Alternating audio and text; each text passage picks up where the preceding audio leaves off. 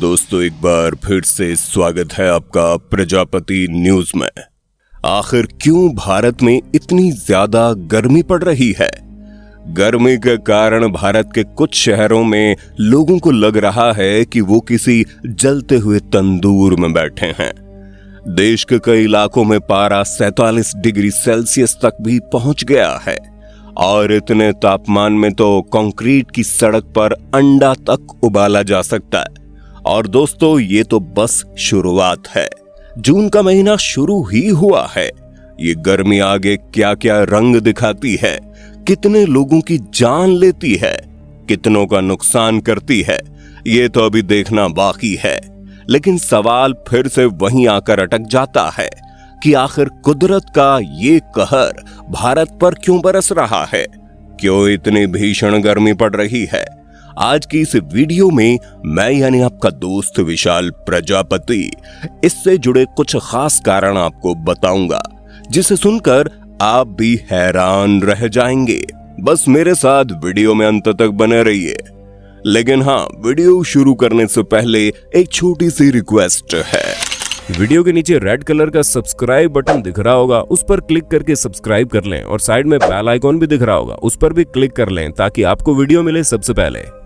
गर्मी का सितम झेल रहे भारत के लोगों के दिल और दिमाग में इस वक्त केवल एक ही सवाल चल रहा है कि आखिर इतनी गर्मी क्यों पड़ रही है।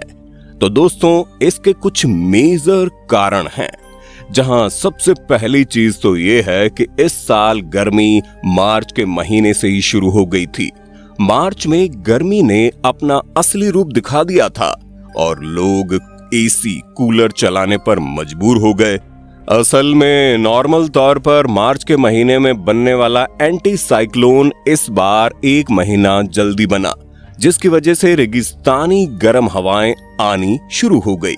इसलिए जम्मू, राजस्थान, दिल्ली और आसपास के क्षेत्रों में तापमान मार्च के महीने में ही सामान्य से काफी ज्यादा हो गया।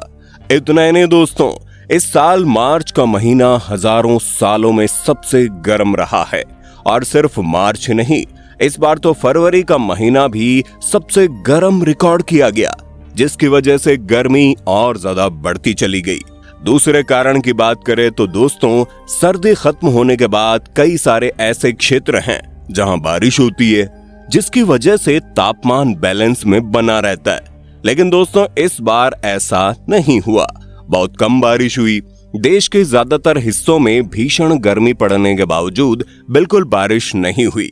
इसलिए लू और गर्म हवाओं का सिलसिला अभी भी जारी है। दोपहर के वक्त तो ऐसा लगता है जैसे गर्म हवाएं हमारे शरीर को जलाकर भस्म कर देंगी। दोस्तों वहीं अगर हम तीसरे कारण की बात करें तो जलवायु परिवर्तन भी इतनी भीषण गर्मी के पीछे एक बहुत बड़ी वजह है। तापमान और मौसम के पैटर्न में होने वाले असामान्य बदलाव जलवायु परिवर्तन को पैदा करते हैं, जिसकी वजह से इस तरह के भयानक नजारे देखने को मिलते हैं जो इस वक्त देश में चल रहा है। क्योंकि दोस्तों भारत में इंडस्ट्रियलिज्म बढ़ता चला जा रहा है, जिसकी वजह से कोयला, तेल उत्पादन गैसों का ज्यादा इस्तेमाल जलवायु परिवर्तन को जन्म दे रहा है। इनसे निकलने वाली ग्रीन हाउस गैस से वातावरण को नुकसान पहुंचाती है, जिस कारण पृथ्वी का तापमान सामान्य से ज्यादा हो जाता है और यही चीज हमें अभी देखने को मिल रही है। पर दोस्तों बढ़ती गर्मी का सबसे बड़ा कारण तो हम इंसान ही हैं। जी हाँ दोस्तों, आज जो इतनी भीषण गर्मी पड़ रही है, जिसकी वजह से हमें एसी से निकलने का मन नहीं करता और बाहर अगर धूप में निकल गए तो ऐसा लगता है गर्मी हमारी जान ले लेगी। इस तरह की स्थिति भी हम नहीं पैदा की है दोस्तों। जी हाँ, बिल्कुल मजाक नहीं कर रहा मैं। आज भारत की ज्यादातर शहरों का स्वरूप पूरी तरह से बदल चुका है, जहाँ शहरों की हरियाली दिन प्रतिदिन कम होती चली जा रही है। विकास के नाम पर पेड़ों को काटा जा रहा है और उसकी जगह पर ऊंची ऊंची इमारतों को बनाया जा रहा है। घरों में एयर कंडीशनर यानी कि एसी का इस्तेमाल तेजी से बढ़ता जा रहा है, जिसकी वजह से गर्मी में तेजी आ गई है। और जो पक्की और कंक्रीट की सड़कों का विस्तार हो रहा है वो भी भयानक है दोस्तों। सड़कों पर चलने वाली गाड़ियों को हम कैसे भूल सकते हैं? ये वातावरण को दूषित करने का एक बहुत बड़ा कारण है और इसी तरह के पोल्यूशन से गर्मी बढ़ती चली जाती है। दोस्तों, जिन शहरों में इस तरह की व्यवस्था के कारण ज्यादा गर्मी पड़ती है उन्हें अर्बन हीट आइलैंड कहा जाता है। यानी कि अर्बन हीट आइलैंड में आबादी ज्यादा होती है, जगह कम होती है, ऊंची ऊंची इमारतें बनी होती है जहां खूब सारे लोग रहते हैं, लेकिन पेड़ और हरियाली का कोई नामो निशान नजर नहीं आता।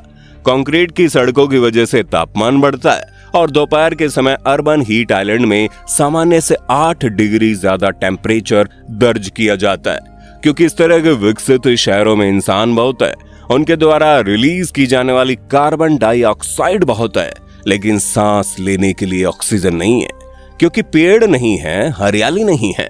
यकीन मानिए दोस्तों, अगर आप किसी ऐसे इलाके में रहते हैं जहां हरियाली है, पेड़ पौधे लगे हैं, कोई ऊंची ऊंची इमारत नहीं है, सड़कें बनाने में कंक्रीट का इस्तेमाल कम किया गया है और इस तरह की जगह बाकी जगहों से कम तापमान की होंगी और ठंडी होंगी। जिन शहरों में खूब लंबी चौड़ी बिल्डिंग्स बनी है, सड़कें बनी है, लोग आ जा रहे हैं, वहां आपको सुविधा की सारी चीजें तो मिल जाएंगी, लेकिन बढ़ती गर्मी आपके लिए असुविधा पैदा कर सकती है। ऐसे में दोस्तों, इस बढ़ती गर्मी के लिए सिर्फ जलवायु परिवर्तन को दोष देना सही नहीं है, बल्कि इसके पीछे डेवलपमेंट एक बहुत बड़ा फैक्टर है। अब लोग कहेंगे कि क्या बढ़ती गर्मी के डर से हमें इमारतें नहीं बनानी चाहिए, सड़कें नहीं बनानी चाहिए, एसी कूलर का इस्तेमाल नहीं करना चाहिए? तो दोस्तों, अगर देश को आगे बढ़ाना है तो विकास करना ही पड़ेगा, लेकिन विकास के नाम पर प्रकृति से खिलवाड़ करना कहीं का न्याय नहीं है। मान लीजिए, अगर आप कहीं पर डेवलपमेंट कर रहे हैं, बिल्डिंग बना रहे हैं, तो इसमें कुछ गलत नहीं है, लेकिन पेड़ों को काटकर बिल्डिंग बनाना ये सरासर गलत है। अगर आप सिंगापुर को देखेंगे तो वहां पर काफी डेवलपमेंट हो रहा है, लेकिन उन लोगों ने कभी प्रकृति को चुनौती देकर अपना फायदा नहीं किया। अगर आप वहां की इमारतें देखेंगे तो बिल्डिंग के अंदर गार्डन बने हुए हैं, आसपास खूब सारे पेड़ लगाए गए हैं, ताकि एक तरफ लोगों द्वारा छोड़ी गई कार्बन डाइऑक्साइड हवा में जाए तो दूसरी तरफ पेड़ ऑक्सीजन देकर कार्बन डाइऑक्साइड को अपने अंदर ले ले। इसी तरह प्रकृति में बैलेंस बनता है और तापमान भी सामान्य बना रहेगा।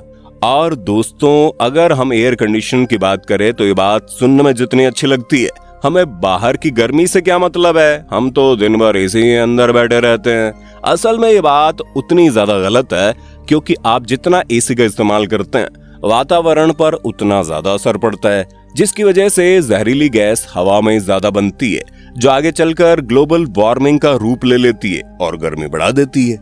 ऐसे में सबसे पहले तो हमें ज्यादा से ज्यादा पेड़ों को लगाना चाहिए, बल्कि खुली हवा में सांस लेने की कोशिश करनी चाहिए और जितना कम हो सके उतना व्हीकल और एयर कंडीशनर जैसी चीजों का इस्तेमाल कम करना चाहिए, ताकि मौसम का कहर हम पर कम बरसे।